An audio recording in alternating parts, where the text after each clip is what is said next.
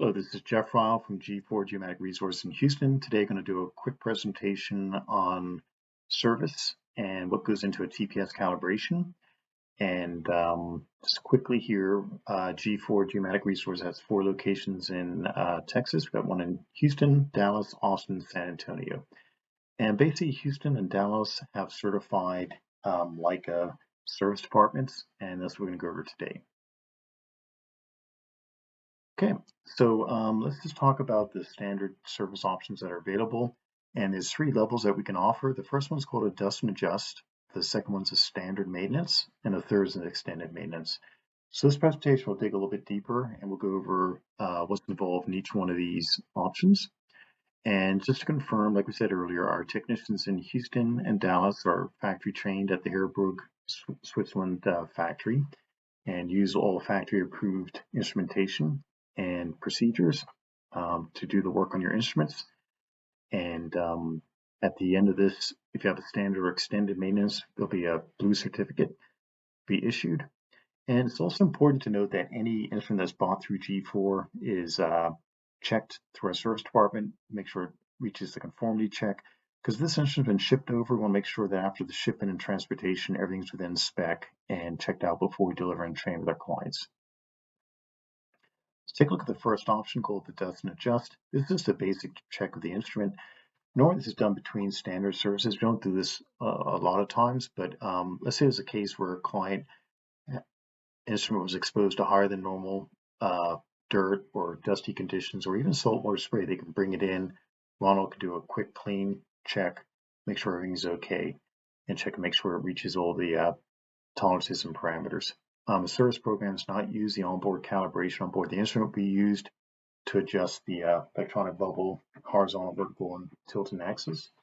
And if the tolerances are not met, then our technician would recommend a standard service. There's no certificate issued here, and so this is just the basic first level service option.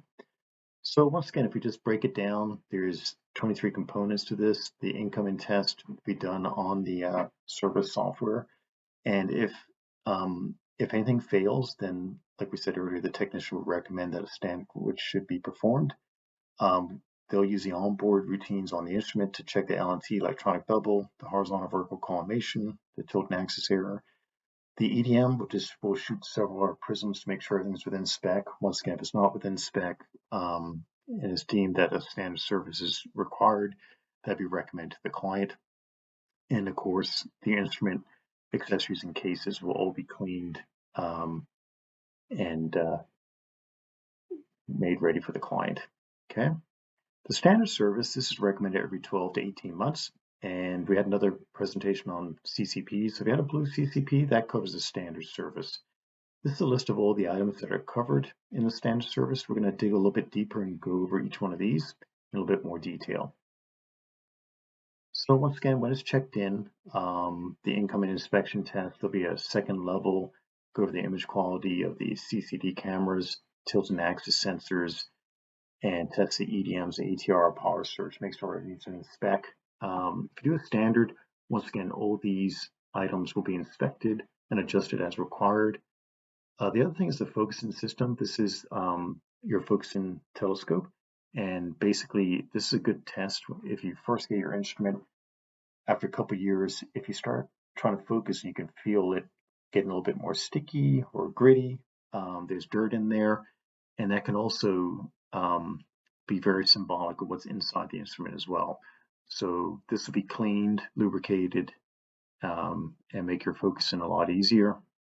And once again, when the instrument's hooked up to the service software, any tilt and axis error will be analyzed and adjusted. There are 2 circles, the horizontal and vertical circles. These will be tested using the service software. And once again, when you have an extended, these will be cleaned, be part of the extended. They'll be inspected as part of the standard, and if they require cleaning, then they'll be covered under standard as well.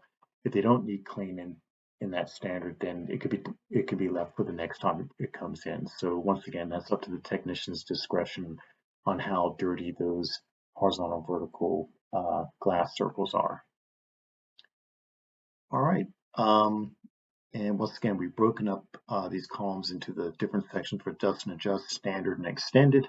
And once again, the EDM is electronic distance measurements. It can get off adjustments, so this will be checked and adjusted if needed to ensure accurate measurements. The bullseye top level bubble will be checked and adjusted. The reticule, focusing, and the tilt and axis error and the drives will all be inspected, adjusted, and serviced. Once again, the EDM, the IR and laser, red light laser will be adjusted, calibrated. Sometimes the reflectors can get out of adjustment if the instrument's been bumped around the back of the truck and drive around in rough conditions, and this will be checked and adjusted as well.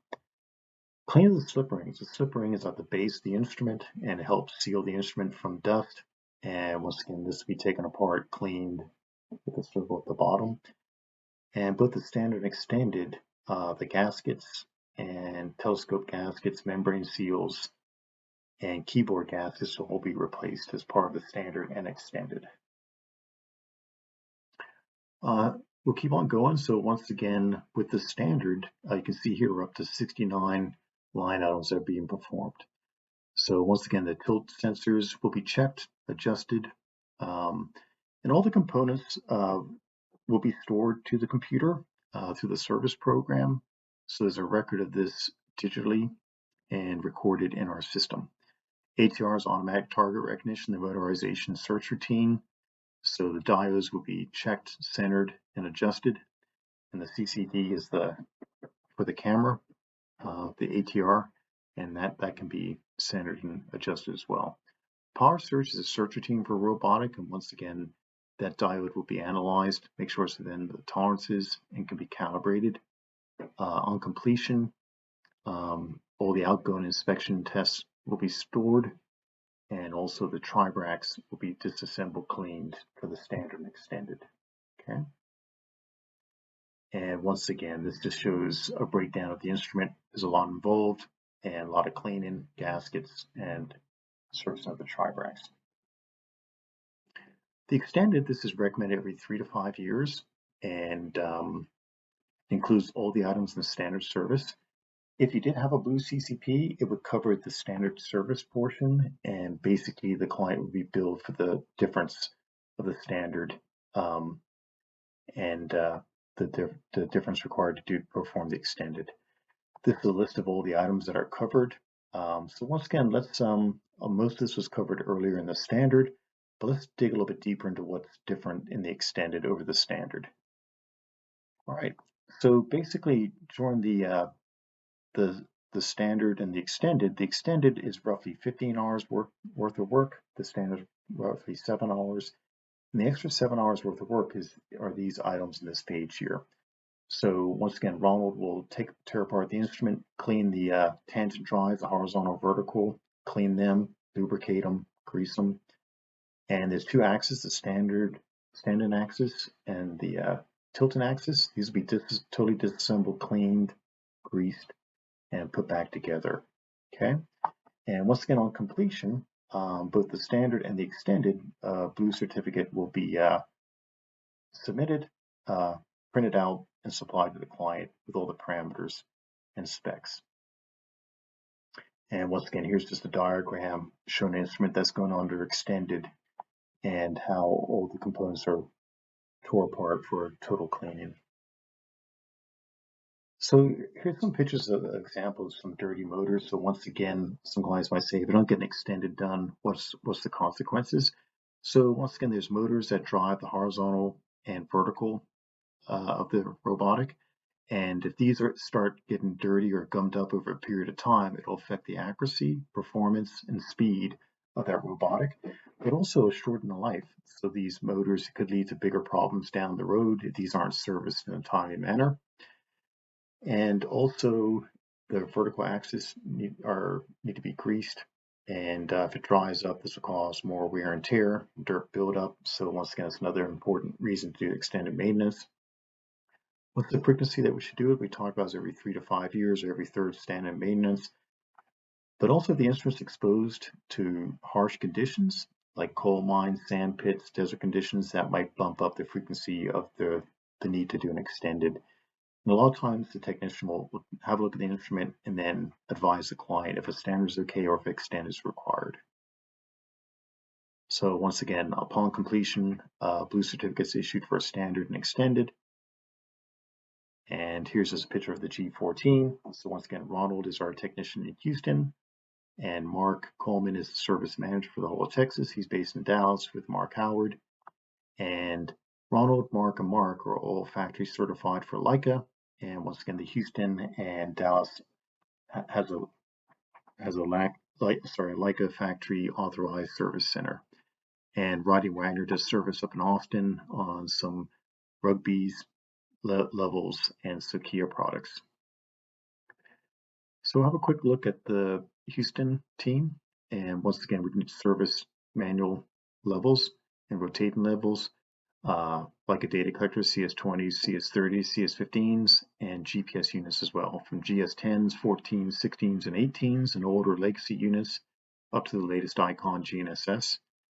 And we can do manual tool stations, TSO3s, TSO7s, TS10s, and legacy instruments like the TSO6 and TPS 400, and the Icon manual tool stations, and also the current robotics, TS13s, 16s, and the older legacy instruments like TS12s and 15s, and of course the current Icon robots as well. Stacy Smith is our office manager. She handles service coordination. She can schedule and provide estimates and follow-up. And there's Stacy's cell phone, email, and Ronald is our head technician. And there's Ronald's cell phone and email address as well. Dallas has 2 technicians. They also have tools that can take care of all the items that we went over in the Houston office. They can also do work on digital levels, the older DNA Leica series or the new LS series, and also the MS, the multi-stations, MS 50 and 60, that service can be done up in Dallas. Christina Lucas is a service coordinator, logistics manager. Here's her cell phone and email. Then Mark Coleman and Mark Howard are the service technicians and service managers up in Dallas. Okay, I'll take a quick look at the Houston Service Center. Hello, we're just walking into the service department at G4 Geomatic Resources in Houston, and here's Ronald, our technician. Here's the new service area. We just had to put a new floor in to maintain laboratory conditions for cleanliness. And we're going to walk over here now, and here's Ronald, our technician, and he's working on an instrument. And first he's going to go over, we have 2 stands here. We got the collimation stand, which Ronald's set up on. And in this case, he's using the scopes for the vertical, horizontal collimation and tilt and axis error. So Ronald's now looking through the instrument and he can use these scopes to focus to infinity and do the calibration routines. Over here, a new stand has been put in. And this stand here is a new baseline reference stand. And Ronald has prisms set up. And there's one there. And there's another one here. And we have a window over here. And this window can be opened and you can see outside, we zoom in, there's 2 prisms. So we have baselines for prisms at 1.7 meters, for 10 meters, and 50 and 56 meters. So the prisms outside are used for the additive constants and also for the ATR calibrations over working distance to ensure the calibrations of the robotic instruments. Okay. And Ronald's now going to quickly show us the service program. So once again, all his service routines are done on the service program. And right now he's interfaced to a TS16, and he's going to go in and look at the settings. Let's start. Hello, we just want. All right, we're back with Ronald, and right now he's got a TS16 motorized instrument that he's servicing. And Ronald interfaces directly with the computer using the service program supplied by Leica Geosystems. And he's going to describe quickly the tests that he's doing right now. Yes, right now I'm just after completing the standard maintenance on the unit, replacing all the gaskets, all the applying the greases on the specific parts of the instrument. Then we have to proceed to go through the service software and then start running all the adjustments related with the completion. Right now, for example, I'm just calculating all the values related with the horizontal and vertical circles that mainly defines the precision on the horizontal and vertical angles. So as you could see right now, the instrument is connected through the LIMO cable with the computer, and the service software, which is connected with the factory, uh, start running all the adjustment by itself. So you can see here, for example, it's calculating the vertical tables, and the instrument, as you can see, can rotate by itself, commanded by the service software. Like this, there are plenty of other adjustments that should be run to have to make the whole completion.